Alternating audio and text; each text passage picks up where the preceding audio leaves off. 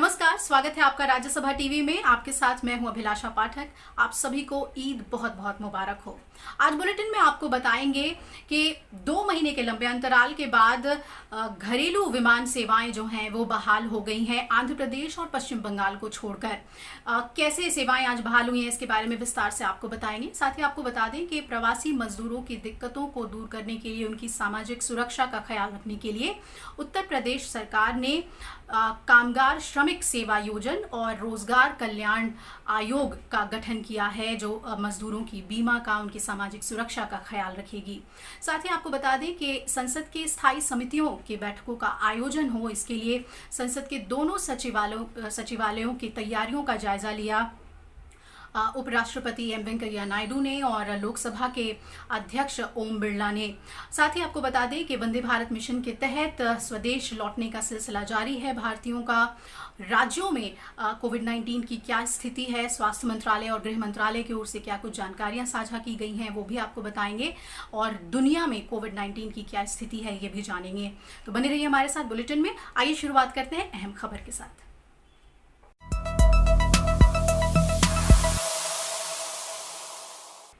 2 महीने के लंबे अंतराल के बाद पश्चिम बंगाल और आंध्र प्रदेश को छोड़कर पूरे देश में घरेलू उड़ान सेवाओं की शुरुआत हो गई। इस दौरान एयरपोर्ट अथॉरिटी ऑफ इंडिया की तरफ से जारी की गई स्टैंडर्ड ऑपरेटिंग प्रोटोकॉल के तहत सभी सावधानियां बरती गईं और यात्रियों के आवागमन में भी सख्ती से सभी नियमों का पालन किया गया। आज सुबह दिल्ली से पहली फ्लाइट सुबह 4:45 पर रवाना हुई। 23 यात्रियों को लेकर विमान पुणे पहुंचा। वहीं दिल्ली से भुवनेश्वर के लिए आज से उड़ान सेवा की शुरुआत हो गई। दिल्ली एयरपोर्ट से देश के अन्य हिस्सों तक पहुंचने के लिए भी यात्रियों ने घरेलू उड़ान सेवाओं का इस्तेमाल किया। उत्तर प्रदेश में लखनऊ एयरपोर्ट से भी आज से घरेलू उड़ान सेवाओं की शुरुआत हो गई। कोरोना संक्रमण की स्थिति के चलते यात्रा बदली हुई परिस्थितियों में हो रही है। Yeah, actually we trapped in Delhi city capital, okay. Actually we went for internship from Japan only, so we stuck there. We don't have any other train, bus, anything. So I don't know how we managed there for 2 months. Then after that suddenly we got the flight. So flight they are carrying everything nicely only, sanitizing everything. Then everything they are taking care of. They are giving mask, sanitizer, everything they are giving. So it's okay only. So मतलब पहली flight निकल रही है आज पटना के लिए, तो sir इसलिए मैंने फ़र्स्ट टिकट बुक करके मैं सोच रहा हूँ कि जल्दी से जल्दी जाऊँ, अपने पेरेंट्स से मिलूँ, क्योंकि काफ़ी टाइम से लॉकडाउन में फंसा हुआ था, तो जिसके वजह से काफ़ी सारी प्रॉब्लम्स भी आ रही थी। बट ये गवर्नमेंट के थ्रू एक अच्छा स्टेप है कि हमें अपने घर भेजा जा रहा है। ये स्टार्ट कर दिया गया है फ़्लाइट्स, तो काफ़ी अच्छा लग रहा है सर। गोरखपुर एयरपोर्ट प्रशासन ने भी घरेलू उड़ान सेवा शुरू कर दी है। उधर जम्मू कश्मीर से भी घरेलू उड़ान सेवाओं की शुरुआत हो चुकी है। कोविड-19 के मद्देनजर एहतियातन तमाम तरह के उपाय बरते जा रहे हैं। श्रीनगर हवाई अड्डे पर सुरक्षा के साथ साथ सोशल डिस्टेंसिंग का भी ख्याल रखा जा रहा है। वहीं इंदौर से भी घरेलू उड़ानें 62 दिन के बाद आज से शुरू हो गईं। इंदौर एयरपोर्ट से पहले दिन दिल्ली, मुंबई और हैदराबाद के लिए कुल 8 उड़ानें आने और जाने के लिए निर्धारित की गईं। दिल्ली से 61 यात्रियों को लेकर इंडिगो की फ्लाइट आज इंदौर पहुंची। पहले दिन कुल 28 उड़ानों को निर्धारित किया गया था, लेकिन अंतिम समय में कुछ उड़ानें रद्द कर दी गईं। गोवा एयरपोर्ट से भी विमानों ने घरेलू उड़ान भरनी शुरू कर दी है। गोवा से आज दिल्ली और बेंगलुरु के लिए उड़ानों का संचालन किया गया। उधर चेन्नई एयरपोर्ट पर भी सोशल डिस्टेंसिंग का पालन करते हुए घरेलू उड़ान सेवाओं की शुरुआत हुई। यात्रियों को एयरपोर्ट पर हाथ से कम छूना पड़े, इसके लिए कई तरह की व्यवस्था की गई। सरकार द्वारा जारी दिशा निर्देशों का पालन सुनिश्चित करने के लिए व्यापक उपाय भी किए गए हैं। वहीं आंध्र प्रदेश और पश्चिम बंगाल में आज से घरेलू उड़ान सेवाओं की शुरुआत नहीं हो पाई। आंध्र प्रदेश में 26 मई यानी कल से और पश्चिम बंगाल में 28 मई से कुछ उड़ानों की शुरुआत होगी।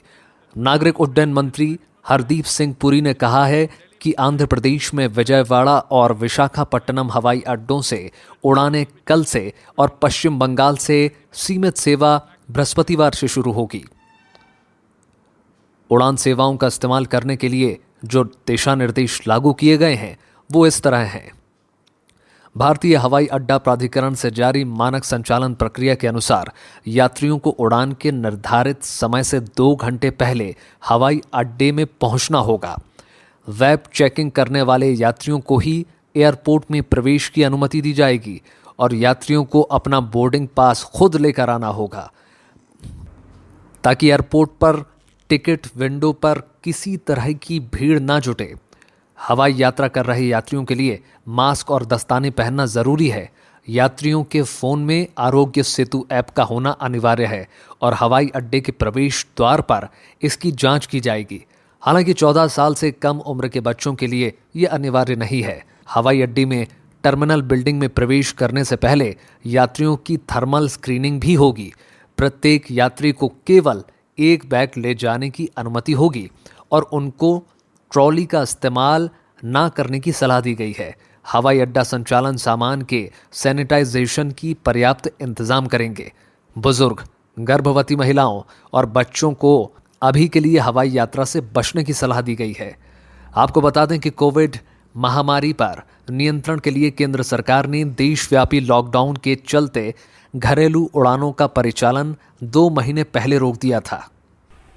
और अब बात वंदे भारत मिशन की। कोरोना वायरस महामारी और लॉकडाउन की वजह से विदेशों में फंसे भारतीयों के स्वदेश लौटने में मददगार साबित हुआ वंदे भारत मिशन अभी भी अपनी रफ्तार में है।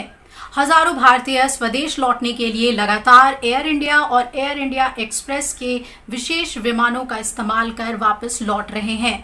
वहीं भारतीय उच्चायोग भी अलग अलग देशों में हर भारतीय तक संपर्क बनाए हुए है और उन्हें मदद कर रहा है। वंदे भारत मिशन के दूसरे चरण में विदेशों में फंसे 23,000 से ज्यादा भारतीयों को स्वदेश लाने के लिए खाड़ी देशों समेत दुनिया भर से तकरीबन 400 उड़ानें संचालित होंगी। मिशन का ये चरण 13 जून तक चलेगा। संयुक्त अरब अमीरात से अधिकतम उड़ानें निर्धारित की गई हैं। दुबई से अब तक 57 उड़ानों की सूची घोषित की गई है, जबकि अबू धाबी से 26 उड़ानें संचालित होंगी। वंदे भारत मिशन के अंतर्गत संयुक्त अरब अमारात से पिछले 2 हफ्ते से ज्यादा समय के दौरान लगभग 6,000 भारतीयों को वापस लाया गया है। आज भी विभिन्न देशों से भारतीयों के स्वदेश लौटने का सिलसिला जारी है। ऑस्ट्रेलिया में फंसे भारतीयों को लेकर एयर इंडिया के 2 विशेष विमान स्वदेश लौटे हैं। इनमें सिडनी से दिल्ली और अहमदाबाद के लिए 225 यात्रियों की वापसी हुई है, जबकि मेलबर्न से दिल्ली और कोची के लिए एक नवजात समेत 231 भारतीयों को लेकर एयर इंडिया की विशेष उड़ान लौटी है। कजाकिस्तान से भी दिल्ली और जयपुर के लिए भारतीयों की वापसी हुई है। ब्रिटेन से भी अब तक 11 विमानों से 3,400 से ज्यादा भारतीयों को वापस लाया गया है। बर्मिंघम से दिल्ली और अमृतसर के लिए एक और उड़ान रवाना हो गई है। लंदन में भारतीय उच्चायोग ने कहा है कि भविष्य में और उड़ानें शुरू किए जाने की योजना है। श्रीलंका में भारत के उच्चायुक्त गोपाल बागले ने बताया कि कोलंबो से करीब 160 भारतीयों को लेकर वंदे भारत मिशन के तहत 29 मई को पहली उड़ान का परिचालन होगा। The first in the effort, first in the series of repatriation of Indian nationals, a flight of little more than 160 passengers. We are working on 29th May. This flight will carry passengers from Colombo to Mumbai, and this will be the first air bridge that we will establish for repatriation of stranded Indian nationals from Colombo. At the same time, we are also looking at the sea bridge, which is Samudra Setu, as you know, within Vande Bharat mission. The Indian Navy has been pitching in with naval vessels which have brought Indians back from, for example, from other neighboring countries. So on the 1st of June, we are scheduling the return of about up to 700 Indians in that ship INS Jalashwa from Colombo to Tuticorin in India. इससे पहले रविवार को Canada, Singapore और Britain से 680 लोगों की वापसी हुई। एयर इंडिया की विशेष उड़ानों के जरिए टोरंटो से 217, सिंगापुर से 146 और लंदन से 317 भारतीय वतन वापस लौटे। और भारतीयों की वतन वापसी के सिलसिले के बीच केंद्रीय स्वास्थ्य मंत्री ने विमानों, जहाजों और सड़क मार्ग से विदेश से आने वाले यात्रियों के लिए दिशा निर्देश जारी किए हैं। अखिलेश सुमन, राज्यसभा टीवी। रेल मंत्री पीयूष गोयल ने कहा कि कोरोना महामारी के इस संकट की घड़ी में भी भारतीय रेलवे ने 3000 से अधिक स्पेशल ट्रेनों का सफल परिचालन किया है। उन्होंने बताया कि श्रमिक स्पेशल ट्रेनों का सफल परिचालन कर भारतीय रेलवे ने कोरोना संकट और लॉकडाउन की वजह से देश के विभिन्न हिस्सों में फंसे करीब 40 लाख प्रवासी कामगारों को उनके गृह राज्य पहुंचाया है। रेल मंत्री पीयूष गोयल ने एक बार फिर राज्य सरकारों से अपील की है। ट्विटर पर पीयूष गोयल ने लिखा कि राज्य सरकार श्रमिक स्पेशल रेलगाड़ियां चलाने के लिए सहयोग करें ताकि प्रवासी कामगारों को मुश्किल की इस घड़ी में जल्द से जल्द उनके घर भेजा जा सके। आपको बता दें कि रेलवे ने अगले 10 दिनों में 2600 रेलगाड़ियां चलाने के लिए व्यापक योजना तैयार की है। उम्मीद की जा रही है कि 2600 रेलगाड़ियों के जरिए 35 लाख से अधिक लोगों को उनके गंतव्य तक पहुंचाने के लिए यात्रा का अवसर मिलेगा। प्रवासी कामगारों को उनके कार्य और हुनर के हिसाब से काम देने के लिए उत्तर प्रदेश सरकार ने कामगार श्रमिक सेवा योजना और रोजगार कल्याण आयोग का गठन किया है। कोरोना संकट और लॉकडाउन की वजह से देश के विभिन्न हिस्सों में फंसे करीब 25 लाख प्रवासी श्रमिक उत्तर प्रदेश वापस लौट चुके हैं और इनके विवरण को सूचीबद्ध करने का काम राजस्व विभाग कर रहा है। इन लोगों को इंटर्नशिप के जरिए प्रशिक्षित किया जा रहा है। मुख्यमंत्री योगी आदित्यनाथ ने कहा है कि प्रभाती आयोग प्रवासी मजदूरों के हित में काम करेगा। आयोग कामगारों की स्किल मैपिंग और रोजगार पर काम करने के साथ साथ उनके वेतन, सामाजिक सुरक्षा और बीमा के बारे में भी विचार विमर्श करेगा। राज्यसभा के सभापति एम वेंकैया नायडू ने आज विभागों से संबंधित स्थायी समितियों की नियमित बैठकों के आयोजन को लेकर संसद के दोनों सचिवालयों की तैयारियों की समीक्षा की। सभापति ने कक्षों की उपलब्धता को लेकर लोकसभा अध्यक्ष ओम बिरला, दोनों सदनों के महासचिव और अन्य वरिष्ठ अधिकारियों के साथ विस्तार से चर्चा की। बैठक में अधिकारियों को सामाजिक दूरी बरकरार रखने के लिए अन्य कक्षों में माइक्रोफोन सुविधा के साथ बैठने की अतिरिक्त व्यवस्था करने का निर्देश दिया गया। देश में कोरोना वायरस की स्थिति की बात करें तो बड़े पैमाने पर लगातार सैंपल टेस्टिंग की वजह से ज्यादा मामले उभर कर अब सामने आ रहे हैं। पिछले 24 घंटे में 7000 नए मामले सामने आए हैं, जो कि अभी तक का सबसे ज्यादा मामला रिकॉर्ड किया गया है। इसके अलावा हमारी रिकवरी रेट में भी लगातार सुधार हो रहा है और रिकवरी रेट 41.57% हो चुका है। देश में कोविड-19 मरीजों की संख्या बढ़कर 1,38,845 हो गई है। इनमें से 77,000 से ज्यादा एक्टिव केस हैं। पिछले 24 घंटों में कोरोना के 6,977 नए केस आए हैं और 154 लोगों की मौत हुई है। अब तक देश में 57,721 कोविड-19 मरीज ठीक हो चुके हैं। वहीं 4,021 लोगों की मौत कोरोना से हो चुकी है। और आइए अब बात करते हैं देश में कोरोना वायरस से सबसे ज्यादा पीड़ित राज्यों की। तो सबसे पहले बात महाराष्ट्र की। महाराष्ट्र में 50,000 से ज्यादा कोरोना संक्रमण के मामले सामने आए हैं। वहीं 14,000 से ज्यादा लोग ठीक भी हुए हैं। 1,635 लोगों की महाराष्ट्र में कोविड-19 से मौत हुई है। गुजरात में अब तक 14,000 से ज्यादा लोग कोरोना से संक्रमित हुए हैं तो 6,000 से ज्यादा लोग ठीक हुए हैं। वहीं 850 से ज्यादा लोगों की इससे मौत हुई है। दिल्ली में अब तक 13,400 से ज्यादा लोग कोरोना से संक्रमित हो चुके हैं। वहीं 6,500 से ज्यादा लोग स्वस्थ भी हुए हैं। दिल्ली में 261 लोगों की कोविड-19 से मौत हुई है। अब रुक कर लेते हैं राजस्थान का, जहां 7,000 से ज्यादा कोरोना संक्रमण के मामले सामने आए हैं। राजस्थान में 163 लोगों की इससे मौत हुई है और 3,800 से ज्यादा लोग यहां ठीक भी हुए हैं। तमिलनाडु की बात करें तो 16,200 से ज्यादा लोग संक्रमित हुए हैं। वहीं 8,000 से ज्यादा लोग यहां ठीक भी हुए हैं। तमिलनाडु में 111 लोगों की इससे मौत हुई है। कोरोना वायरस महामारी के सबसे बुरे दौर से गुजर चुके देश स्पेन के मैड्रिड और बार्सिलोना में आज से छूट दी जाने लगी है। यहां लोग अब 10 की संख्या में इकट्ठा हो सकेंगे।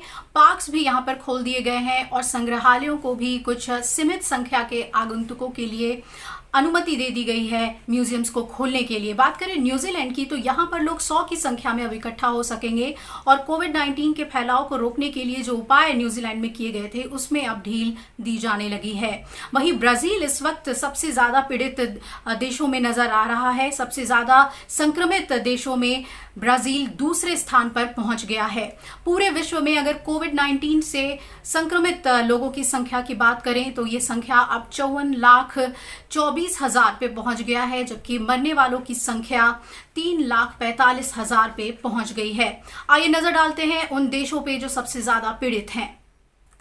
अमेरिका में सबसे अधिक 16,43,000 से ज्यादा कोरोना के मामले सामने आए हैं और 97,000 से ज्यादा लोगों की मौत हुई है। रूस में कोरोना के मामले बढ़कर 3,53,000 हो चुके हैं और 3,600 से ज्यादा लोगों की मौत रूस में हुई है। वहीं इटली में 2,29,000 से ज्यादा मामले सामने आए हैं और 32,700 से ज्यादा लोगों की यहां मौत हुई है। स्पेन की बात करते हैं, यहां अब तक 2,35,000 से ज्यादा कोरोना संक्रमण के मामले सामने आ चुके हैं। वहीं 28,700 से ज्यादा लोगों की मौत हुई है। वहीं अगर हम फ्रांस का रुख करें तो यहां 1,82,000 से ज्यादा मामले सामने आ चुके हैं और 28,000 से ज्यादा लोगों की मौत हुई है। रुख करते हैं ब्रिटेन का तो ब्रिटेन में 2,60,000 से ज्यादा मामले सामने आए हैं और यहां 36,800 से ज्यादा लोगों की मौत हुई है कोविड-19 से। और आखिर में देख लेते हैं ब्राजील, जहां सबसे ज्यादा स्थिति गंभीर नजर आ रही है। 3,63,000 से ज्यादा कोरोना संक्रमण के मामले सामने आए हैं ब्राजील में। वहीं 22,600 से ज्यादा लोगों की यहां मौत हुई है। वक्त हो चला एक ब्रेक का। ब्रेक के बाद फौरन लौटेंगे, आप बने रहिए हमारे साथ।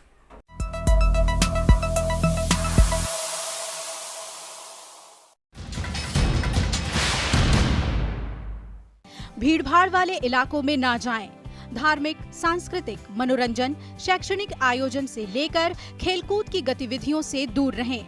संभव हो तो वर्क एट होम करें। काम के दौरान सहकर्मियों से 1 मीटर की दूरी बनाएं और गैर जरूरी यात्राओं से बचें।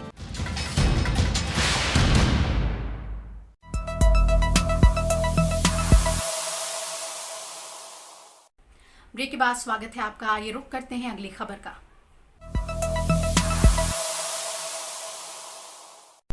उपराष्ट्रपति एम वेंकैया नायडू ने नीति आयोग के सीईओ अमिताभ कांत के साथ एक अहम बैठक की, जिसमें आंध्र प्रदेश के नेल्लोर के सूखाग्रस्त इलाके उदयगिरी में पेयजल की सुविधा को लेकर विस्तार से चर्चा हुई।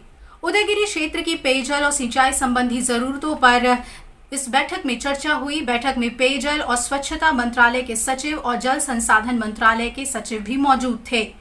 उपराष्ट्रपति ने कहा कि हाल के दिनों में उदयगिरी क्षेत्र के लोगों के साथ संवाद में ये बात सामने आई कि क्षेत्र में अधिकांश टैंक और बोरवेल सूख गए हैं और विभिन्न जल आपूर्ति योजनाएं पूरी तरह से पानी की जरूरत को पूरा नहीं कर रही है। लोगों ने उपराष्ट्रपति को यह भी बताया कि यह लगातार 7वां वर्ष है जहां इस क्षेत्र में पर्याप्त बारिश नहीं हुई है। उपराष्ट्रपति ने जल संसाधन सचिव को केंद्रीय जल आयोग के साथ चर्चा करने और तकनीकी व्यवहार्यता के बारे में पता लगाने की सलाह दी। इस बैठक में अधिकारियों ने कहा कि वो आंध्र प्रदेश सरकार के परामर्श से विभिन्न विकल्पों का पता लगाएंगे। इस संबंध में जल शक्ति मंत्रालय के वरिष्ठ अधिकारियों के साथ साथ नीति आयोग और केंद्रीय जल आयोग का एक प्रतिनिधिमंडल क्षेत्र का दौरा कर सकता है। स्थानीय उत्पादन और उपभोग को बढ़ावा देने के लिए खाद्य प्रसंस्करण उद्योग की भूमिका आत्मनिर्भर भारत बनाने में महत्वपूर्ण साबित होगी। राज्यसभा टीवी से खास बातचीत में केंद्रीय खाद्य प्रसंस्करण मंत्री हरसिमरत कौर ने ये बात कही। उन्होंने भरोसा जताया कि खाद्य क्षेत्र में आर्थिक प्रोत्साहन से भारत को विश्व खाद्य कारखाने के तौर पर स्थापित करने में मदद मिलेगी। कोविड-19 के चलते वैश्विक कारोबार की स्थिति में काफी बदलाव हुआ है। ऐसे में भारत का खाद्य प्रसंस्करण उद्योग उन तमाम अवसरों का फायदा उठाने के लिए तैयार है जो मौजूदा परिस्थितियों के चलते बने हैं। केंद्रीय खाद्य प्रसंस्करण मंत्री हरसिमरत कौर बादल ने कहा है कि भारतीय उत्पादों को बढ़ावा देने के लिए कोविड-19 ने बड़े अवसरों को खोल दिया है और इस क्षेत्र में मध्यम अवधि में व्यापक निवेश की संभावना है। We're in the deep sea and we're all trying to swim and probably reach the land bank somewhere or the other. So yes, foreign direct investment, like you said, that there is a global shift in the supply chains and people are looking for newer countries. People are wanting to move out of China. India stands at a very important position where that is concerned. So I don't think that foreign direct investment in India had already, in my sector, had been growing at close to 60-70% over the last few years. Harsimrat Kaur Badal ने उद्योग संचालन के पुनरुद्धार पर भी जोर दिया। उन्होंने कहा कि सुरक्षा उपायों से समझौता किए बिना पूरी क्षमता के साथ जरूरी बदलाव किए जा सकते हैं। उन्होंने ये भी बताया कि मंत्रालय की टास्क फोर्स लॉकडाउन के दौरान कंपनियों के समक्ष आने वाली चुनौतियों का समाधान करने के लिए सहायता कर रही है।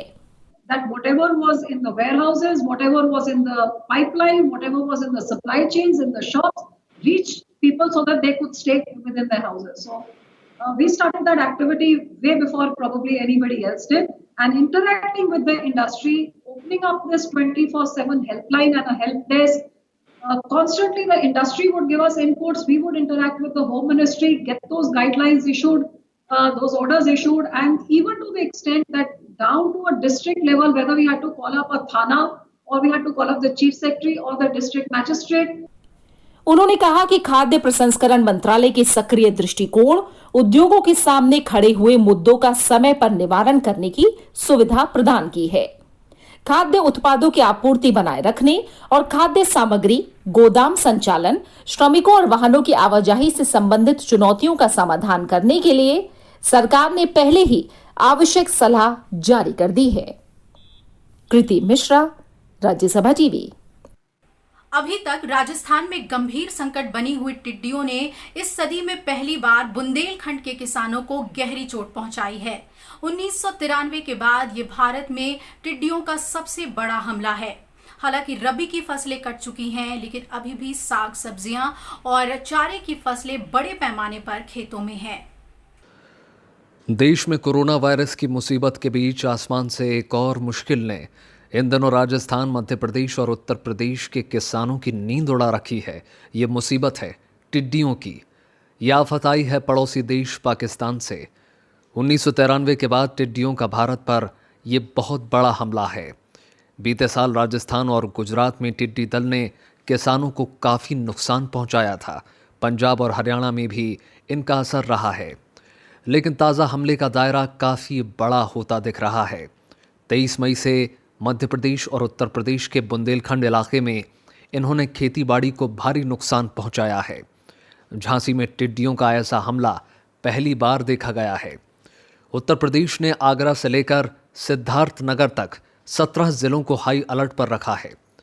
इस समस्या से निपटने के लिए केंद्रीय कृषि मंत्रालय एक्शन में है और राज्यों को लगातार मदद पहुंचा रहा है। इस आफत पर काबू पाने के लिए कृषि मंत्रालय ड्रोनों की मदद ले रहा है। भारत संयुक्त राष्ट्र के खाद्य एवं कृषि संगठन से जुड़े सदस्य देशों के साथ टिड्डी नियंत्रण की रणनीति को लेकर समन्वय भी कर रहा है। राजस्थान में इस समस्या से अब तक 50,000 हेक्टेयर क्षेत्र प्रभावित हुआ है। केंद्रीय कृषि राज्य मंत्री कैलाश चौधरी ने कहा है कि राज्यों के अनुरोध पर फसल क्षेत्र में टिड्डी नियंत्रण के लिए 11 कीटनाशकों की सिफारिश को मंजूर किया गया है। मध्य प्रदेश में नीमच, मंदसौर, रतलाम और उज्जैन में टिड्डियों का ज़्यादा प्रकोप है। मालवा में भी खतरा बढ़ गया है। राजस्थान में भारत सरकार ने 800 ट्रैक्टर और 55 गाड़ियों को टिड्डी नियंत्रण में लगाया है। टिड्डी नियंत्रण के लिए राज्य सरकार को 14 करोड़ रुपए और किसानों की नष्ट फसलों की मुआवजा राशि 68 करोड़ रुपए का भुगतान किया गया है। अरविंद कुमार सिंह, राज्यसभा टीवी। बात करते हैं मौसम के मिजाज की, तो उत्तर भारत में गर्मी का भीषण प्रकोप जारी है। कई जगहों पर पारा 45 डिग्री के पार पहुंच चुका है। कई हिस्सों में तापमान 45 डिग्री सेल्सियस के ऊपर चले जाने के साथ ही भारतीय मौसम विज्ञान विभाग दिल्ली, पंजाब, हरियाणा, चंडीगढ़ और राजस्थान के लिए आज और कल के लिए चेतावनी जारी की गई है। मौसम विभाग के मुताबिक आने वाले दिनों में कुछ हिस्सों में तापमान 47 डिग्री सेल्सियस तक पहुंच सकता है और तेज लू की स्थिति बनी रह सकती है। अपने नियमित बुलेटिन में विभाग ने कहा, अगले 5 दिनों में पंजाब, हरियाणा, चंडीगढ़, दिल्ली, राजस्थान, उत्तर प्रदेश, मध्य प्रदेश, विदर्भ और तेलंगाना के कुछ हिस्सों में लू की स्थिति के साथ ही छिटपुट इलाकों में भीषण लू की स्थिति भी बनी रहेगी। इसलिए लोग दोपहर में घरों से बाहर ना निकलें। मौसम विभाग ने उम्मीद जताई है कि 28 मई के बाद पश्चिमी विक्षोभ के चलते कई जगह बारिश से राहत मिल सकेगी। अमेरिकी राष्ट्रपति डोनाल्ड ट्रंप ने कहा कि दुनिया की प्रमुख अर्थव्यवस्थाओं को साथ लाने वाली G7 शिखर सम्मेलन का आयोजन जल्द ही किया जाएगा। ट्रंप ने कहा कि जून के महीने में 7 नेताओं की आमने सामने की बैठक को फिर से शुरू किया जाएगा। राष्ट्रपति ट्रंप ने कहा कि G7 शिखर सम्मेलन की शुरुआत व्हाइट हाउस से होगी, फिर उसके बाद कैंप डेविड प्रेसिडेंशियल रिट्रीट में सम्मेलन को आयोजित किया जाएगा। ट्रंप ने अपने ट्वीट में कहा कि वॉशिंगटन में G7 की बैठक सदस्य देशों और दुनिया के लिए बहुत महत्वपूर्ण है। उन्होंने कहा कि इस सम्मेलन का आयोजन जिंदगी को सामान्य करने के लिए सभी के लिए एक बड़ा संकेत होगा। इससे पहले कोरोना वायरस महामारी की वजह से इस सम्मेलन को मार्च में रद्द कर दिया गया था। G7 समूह में दुनिया के 7 विकसित देश शामिल हैं। इनमें Canada, France, Germany, Italy, Japan, Britain और अमेरिका जैसे देश हैं, जिनका दुनिया की 40% GDP पर कब्जा है। 3 बार ओलंपिक स्वर्ण पदक के विजेता भारतीय हॉकी टीम के सदस्य रहे महान हॉकी खिलाड़ी बलवीर सिंह सीनियर का आज गंभीर बीमारी के बाद निधन हो गया। वो 95 वर्ष के थे। पिछले कई दिनों से गंभीर बीमारियों से जूझ रहे बलवीर सिंह सीनियर ने पंजाब के मोहाली में अंतिम सांस ली। मशहूर हॉकी खिलाड़ी बलवीर सिंह 1948, 1952 और 1956 में स्वर्ण पदक जीतने वाली भारतीय हॉकी टीम का हिस्सा थे। 1957 में उन्हें पद्मश्री से सम्मानित किया गया था। उनके निधन पर राष्ट्रपति, उपराष्ट्रपति और प्रधानमंत्री ने गहरा दुख व्यक्त किया है। अपने शोक संदेश में राष्ट्रपति रामनाथ कोविंद ने कहा कि हॉकी के दिग्गज खिलाड़ी श्री बलबीर सिंह सीनियर के निधन के बारे में सुनकर दुख हुआ।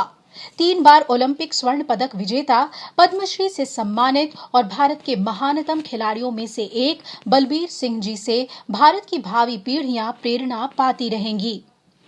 उपराष्ट्रपति एम वेंकैया नायडू ने अपने शोक संदेश में लिखा कि हॉकी के प्रसिद्ध खिलाड़ी और 3 बार के ओलंपिक स्वर्ण पदक विजेता श्री बलबीर सिंह जी सीनियर के निधन का सुनकर बहुत दुख हुआ।